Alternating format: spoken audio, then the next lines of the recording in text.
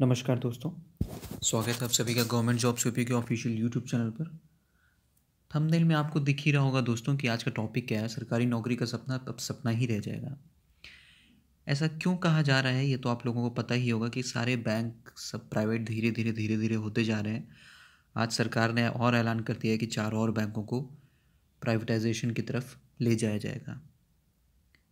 तो बैंकिंग का तो जो नौकरी की तैयारी करते हैं वो तो अब छोड़ ही दें सरकारी नौकरी का सपना, क्योंकि अब वो प्राइवेट होता जा रहा है धीरे धीरे।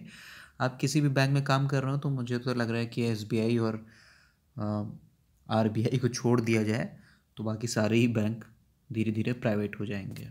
आज नहीं तो कल देखिए, जब शुरू में ये चीज़ें शुरू हो रही थी तो थोड़ा विरोध किया गया था, लेकिन फिर बाद में लोगों ने कहा कि भाई हमारा तो प्राइवेट हुआ नहीं है तो हम क्यों करें विरोध। तो अब धीरे धीरे अब वो विरोध करने के लायक भी नहीं बचेंगे। तो अब तो खैर सब प्राइवेट होता ही जा रहा है। आज सरकार ने ये क्लियर कर दिया। वैसे तो आधी चीज़ें सरकार ने अपने बजट भाषण में क्लियर कर दी थी। केंद्र सरकार का जो बजट था उसमें क्लियर हो गई थी, लेकिन आज सरकार ने और सारी चीज़ें क्लियर कर दी हैं कि कौन कौन से विभाग भी प्राइवेट हो जाएंगे, किस किस को प्राइवेट कर दिया जाएगा।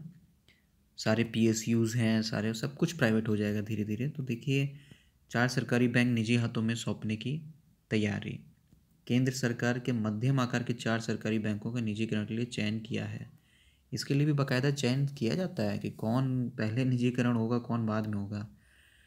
तो देखिए, इतने बड़े बैंकों का इसमें नाम है। आप देखिए, इसमें bank of Maharashtra, bank of India, Indian overseas bank और सेंट्रल बैंक, ये सभी बड़े बैंक हैं। ये छोटे मोटे बैंक नहीं हैं। बैंक ऑफ महाराष्ट्र और सेंट्रल बैंक ये सब बड़े बैंक हैं जो है। तो वित्त इन 4 रिपोर्ट रॉयट्स की रिपोर्ट के मुताबिक इन 4 में 2 बैंकों का निजीकरण वित्तीय वर्ष 2021-22 में हो सकता है। मतलब 2 बैंकों का तो इसी साल हो जाएगा। बाकी जो 2 बैंक इसमें बचेंगे इन 4 बैंक में, उनका नेक्स्ट ईयर होगा। एक वित्त मंत्री श्री निर्मला सीतारमण जी ने 1 फरवरी, श्री और जी नहीं लगाए लेकिन मैं लगा दे रहा हूँ अपनी तरफ से, 1 फरवरी को पेश बजट 2 सरकारी बैंकों और एक बीमा कंपनी के निजीकरण का प्रस्ताव रखा था। बैंक कर्मचारियों की यूनियन बैंकों के निजीकरण का लगातार विरोध कर रहे हैं। ये एक लाइन लिखी हुई है। ये अकेले विरोध करेंगे तो क्या ही होगा, कुछ नहीं होगा। तो ये तो बैंकों का हाल है कि बैंक निजीकरण किए जाएंगे। अब देखिए सरकार ने क्या क्या कहा है। सरकारी उपक्रमों की संख्या 300 से घटाकर 23 करने की योजना है जो है। मतलब जो अभी तक 300 जो आपके सरकारी उपक्रम होता है, आपका पीएसयू, पब्लिक सेक्टर यूनिट जिनको कहते हैं, जो सरकार के नियंत्रणाधीन होती हैं जो है। तो वाजपेयी सरकार के सार्वजनिक उपक्रमों में विनिवेश की बजाय मौजूदा मोदी सरकार इनका निजीकरण है। 300 से घटाकर 23 करने की योजना है। अब देखिए, इसमें आपका एक तो वो है कि एक हिस्सा हुआ जिसमें कंपनियों और पीएसयू को सरकार 51% हिस्सा बेच चुकी है।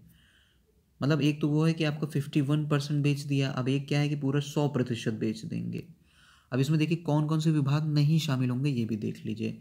इसमें आपका ये जो विभाग हैं ये नहीं शामिल होंगे। परमाणु ऊर्जा, अंतरिक्ष, रक्षा, ट्रांसपोर्ट, ऊर्जा, एनर्जी, वित्तीय सेवा, फाइनेंशियल सर्विसेज, ट्रांसपोर्ट है, डिफेंस है, अंतरिक्ष हैं और परमाणु ऊर्जा, ये विभाग जो हैं वो प्राइवेटाइजेशन में नहीं शामिल होंगे। मतलब अब आप सोच लीजिए, इनसे इतर आपके जो विभाग हैं वो आज नहीं तो कल प्राइवेट होने ही होने हैं। अब आप प्राइवेट लिखिए या प्राइवेट लिमिटेड, जो भी चीज़ें हैं, तो इनसे इतर आपका कुछ भी है तो वो प्राइवेट होना ही होना है। ठीक है दोस्तों। तो अब तो बात ये है कि आप इसका अब कुछ विरोध तो किया नहीं जा सकता, लेकिन ठीक है, जो भी चीज़ें हैं चल रही हैं वो चल रही हैं। लेकिन ये खबर बहुत महत्वपूर्ण है। देखिए, अब केवल ये जो है बैंक कर्मचारी यूनियन अभी इसका विरोध कर रहा है। अब आप देखिए, सारे पीएसयू ऑनलाइन हो जाएंगे।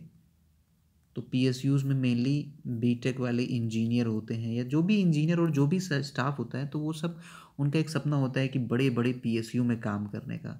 तो वो सब अब धरा का धरा रह जाएगा, क्योंकि ये सब प्राइवेट हो जाएगा सारे पीएसयू। देखिए, आप साफ साफ यहाँ पे सरकार ने ऐलान कर दिया है कि जो भी पीएसयू हैं, सार्वजनिक उपक्रम हैं, उनकी 300 से संख्या घटाकर 300 से घटाकर 23 करने की योजना। या तो सरकार उसका 51% बेच देगी और या तो पूरा पूरा बेच देगी। अब ये सरकार के ऊपर डिपेंड करता है कि वो कैसे इसको करती है। तो ये फ़िलहाल आप लोगों के लिए सिर्फ ऐसा एक सूचना देने के लिए था, आप लोगों को डीमोटिवेट करने के लिए नहीं है दोस्तों। लेकिन इसके बारे में आप लोग ज़रूर कुछ ना कुछ करिए, संगठित होइए, क्योंकि एक ज़माना था जब लोग बैंक की तैयारी करते थे कि बैंक की नौकरी मिल जाएगी, बैंक की नौकरी मिल जाएगी। तो अब तो बैंक बचेंगे ही नहीं, सरकारी बैंक। तो आप क्या तैयारी करेंगे और किस चीज़ की तैयारी करेंगे, किस चीज़ की कोचिंग करेंगे, क्या करेंगे? तो आने वाले भविष्य के लिए ये सारी चीज़ें, बहुत बहुत बड़े बैंक हैं ये, बैंक ऑफ महाराष्ट्र है, सेंट्रल बैंक है, इंडियन ओवरसीज़ बैंक है, सेंट्रल बैंक ऑफ, ये बहुत बड़े बैंक हैं। अगर इनका निजीकरण इस तरह से होगा तो ये बहुत दुख की भी बात है और इस विचारणीय बिन विषय है ये। सिर्फ कर्मचारी, जो बैंक कर्मचारी यूनियन है, इनका विरोध कर रही हैं, इस सबको इसके लिए विरोध करना चाहिए और सरकार को बताना चाहिए कि इन चीज़ों से सरकार को लाभ होगा या नहीं होगा, ये तो बात की बात है, लेकिन इस पे सरकार को विचार ज़रूर करना चाहिए कि ये चीज़ें क्यों की जा रही हैं। वीडियो पसंद आया तो दोस्तों, वीडियो तो खैर पसंद नहीं आया होगा, क्योंकि ऐसी कोई सूचना, डिमोटिवेटिंग टाइप सूचना आप लोगों को लगी होगी, लेकिन ये ज़रूरी था बताना। तो लाइक और शेयर कर दीजिएगा, शेयर तो कर ही दीजिएगा, लाइक भले ही ना, वीडियो पसंद आए तो लाइक ना कीजिएगा। चैनल को सब्सक्राइब करना मत भूलिएगा दोस्तों। धन्यवाद।